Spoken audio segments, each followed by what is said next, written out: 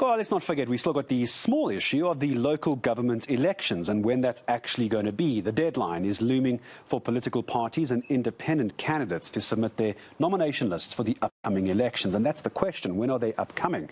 The IEC says 25 political parties and 50 independent candidates have so far submitted their details.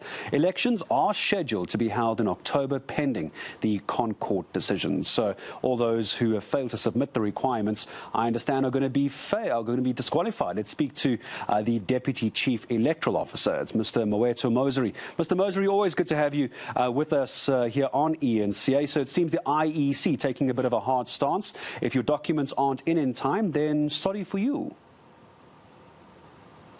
That is correct. We are on a prescribed timetable that takes us to the 27th of October.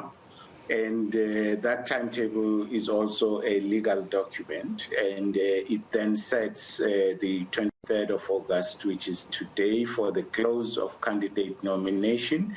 And therefore, we require that today all the documents for nominating candidates should be submitted with us. Secondly, the deposit to contest this election should also be paid. It is gazetted that it is 3,000 rands for the metros, 2,000 rands for the local municipalities, 1,000 rands for the district council, and for an independent candidate contesting a ward, it is 1,000 rands. So we expect all of those submissions to be concluded today, and we are expecting parties to come through. Already now, just an update for you and your viewers, Gareth, we have 97 political parties that have registered to contest, and we currently have just over 26,000 candidates that have been registered to contest this election. So we are heading for a highly contested election, Gareth. I'm sure we're also heading for a highly contested election date as well, Mr. Mosery. So the cutoff is the end of today, but that is for the perceived elections for October 27th. What if the Concord rules that the elections will actually be in February? Does the date for political party registration then get extended or get moved out? Because I can see a few fights on its way to your office door. Correctly so, Gareth. We're running the process in terms of the proclaimed date, which is the 27th of October, which aligned with that, the 23rd of August is then the closing date of candidates. In the event the court grants us our application and the election date moved to a different time, we would then have to come back to the South African citizens and give them a new election timetable, and there will be a new proclamation date, as well as probably an opportunity for those who wish to go and register to go register. So there will be a new election program aligned to that time frame that the court gives us. And obviously the candidate nomination process will be reopened afresh for improvements, changes, or even new candidates who may not make the deadline today to come in. Mr. Mosery, final question to you. Let's say that the court does rule in your favour and the elections get pushed out to February of next year.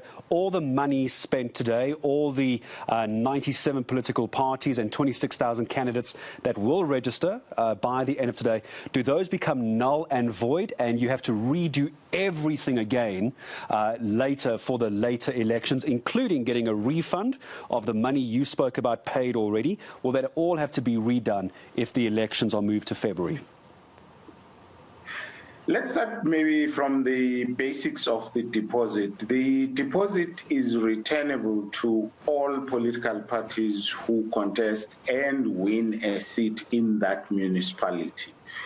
So in its nature, it's not money that goes into the coffers and the funds of the Electoral Commission. It's money that is actually returned. In the case where a party forfeits its deposit because they did not win an election, that money goes back to the state coffers, because as an electoral commission, we cannot generate income. So whatever money that came through the deposit, it's money that we declare back to Treasury, and it goes back into the state fund.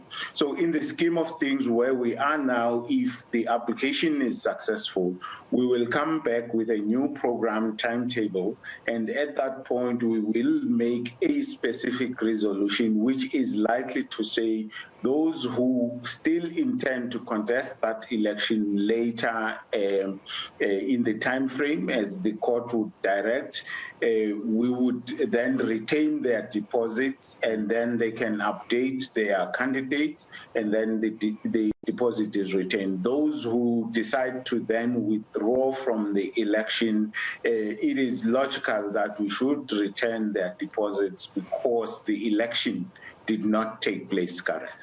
All right, I appreciate your time. So it looks like at least there's a solution for those who have already paid and registered today if the elections get moved out. It's always such a pleasure. Mawethy Mosery, Deputy Chief Electoral Officer for the IEC, joining us here on eNCA. Thanks for your time.